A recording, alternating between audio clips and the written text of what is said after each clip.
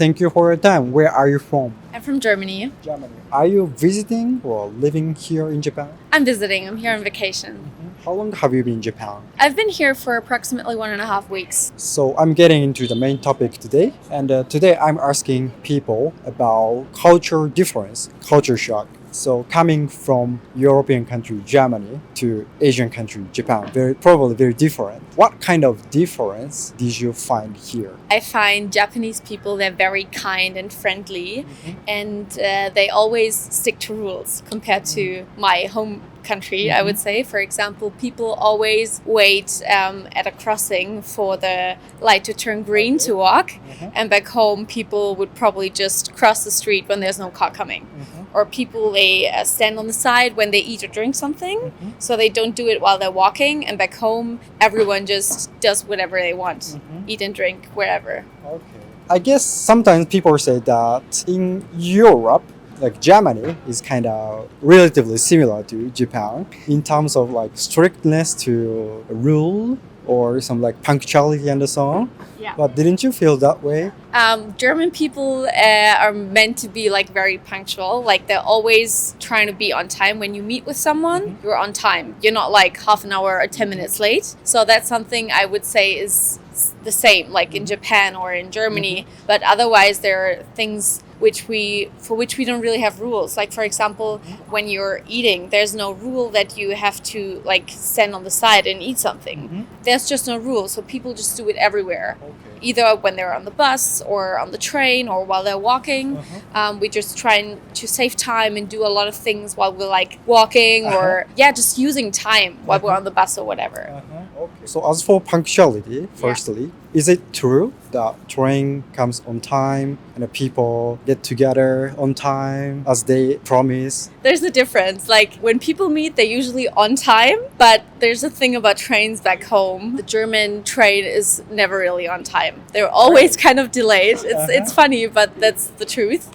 How long minutes do buses and trains delay in German? 3 to 5 minutes in average, I would say. So yeah, depending on which, if you use like smaller trains, they're less delayed than like the bigger trains which combine the bigger cities with each other. There are more delays there. Okay, but not so much. It's not that worse, but compared to Japan, as I just like recognize it here, which is always on time, on the second the train leaves, that was very different. I see. So like compared to other European countries, you think that German people are way more punctual? I would say so. Like for example, I have colleagues from Italy, from Spain, and when you like set up a meeting, it's usual that they're like 5 minutes late. Like when you meet up online for work, it's usual that they're like a couple minutes late. So yeah, you always probably tell them, okay, just try to be on time, or you just set the meeting a few minutes earlier so that they will be there on time. So like you feel like some difference even among European countries? Yes, definitely. Among Western European countries, what country do you think most different from Germany? I would say probably Italy. Really? Because I feel like life is way more chilled and easier in Italy. Like people don't really stick on punctuality. They don't work as hard. That's what we feel and what we talk and think about Italians, for example. So I think life is just more relaxed down there. Don't you think that life is relaxed, like chilled in Germany? I don't think so, to be honest, because What made you think so? we're working long hours usually, and always finishing our tasks at work, for example. So for example, I'm going home when my tasks are done, whether it takes 1 more hour or 2 more hours. I just want to finish my task and then I go back home and not be like, okay, I can do it tomorrow. That's not how I or my friends would be. Okay. So do you do like extra work too? Yeah, I think that's a quite normal thing what people in Germany do. Okay. I think, in certain jobs they're doing a lot of extra work. Okay. So lastly, today we talked a lot about your country. If we visit Germany, what do you recommend us to experience in Germany? Like some food what places, some special experience? There's a lot actually. We have like a lot of food specialties. It's mostly with a lot of meat. We have schnitzel, that's probably something you might know. We have different kind of sausages, like traditional German. And of course, beer in very like large glasses, like 1 liter is something, it's like a usual size you can get like at a German beer garden in summer. Also, Oktoberfest is a lot of fun. It just took place in Munich. It's Oktoberfest. It's a nice experience because everyone's just like showing up in their like traditional German outfits, like women in their dresses and men in their like leather pants. And it's a lot of fun to see that. Do you also wear that outfit? Yes, I do. But just like on this kind of event, like Oktoberfest, or we have similar events also in other cities going on. When it comes to that, I'm wearing the traditional outfit. Otherwise, not. Okay. Thank you for your recommendation and thank you for the interview. And it was very nice to talk with you. Thank you so much. You're welcome. It was very nice meeting you. Thank you for your cooperation. Where are you from? We're from Germany. Germany. Are you visiting here? Yeah, we're doing vacation for 2 weeks. Where have you been so far in Japan? We started in Tokyo for a few days and then we visited Kyoto and took a 1-day trip to Osaka, and now our last 3 days are in Tokyo as well. Okay. And also we were 1 day at Mount Fuji. Mount Fuji? Yeah. Okay. Where did you like the most among them? So Tokyo is like a very nice vibe. Like everything is really cool, but like the old traditions in Kyoto are also very, very nice to see. Okay. So everything has like its own Charm. Yeah. And for me, Osaka was the nicest city because it was like a mix from the traditional Kyoto and the new high-tech Tokyo. And also you can buy some really nice clothes there. In Osaka we went to a district where there were very many vintage stores. And we looked through some of the vintage stores, but didn't buy anything because our money was already gone. Okay.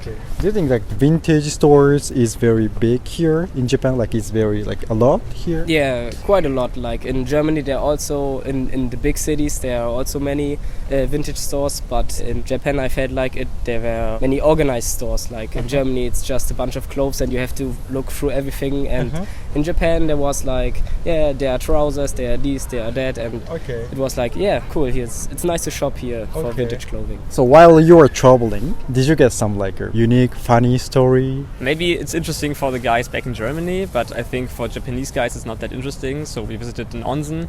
We brought our bathing suits, but in onsen you are always naked, but we didn't know it, and it was like a little surprise for us. Weren't you shy about like going to onsen? No, not really, because in Germany we got something called FKK Strand, where there is like a section of a beach where everybody should be naked. So it's not that big of a surprise, but we were just like, didn't know that. we didn't even need our bathing suits. So so FKK in Germany, do you cover your thing? No, not at all. No? You just go naked on a beach, lay down. It's like a public beach. So everybody can visit it, and it's just normal. Not in every part of Germany, but in the northern part, it's just like a thing. It always had been a thing that people just go naked in the sea or in the lakes. It's the usual culture, not of entire Germany, but only northern part of Germany. Yeah, especially northeast, I would say. But I think so. In the south, they are not doing it that much. Okay, I see. Did you see some like weird thing in Japan? Shocking. I was surprised when I researched the thing called Girls Bar in Shinjuku, where you just pay extra money to talk to a girl in a bar. I didn't know what girls bars are, and I just researched it today, and I was wondering why are they advertising these prices. And I didn't know that was a real thing that people are really doing, because I always thought in Shinjuku it's just about the tourists.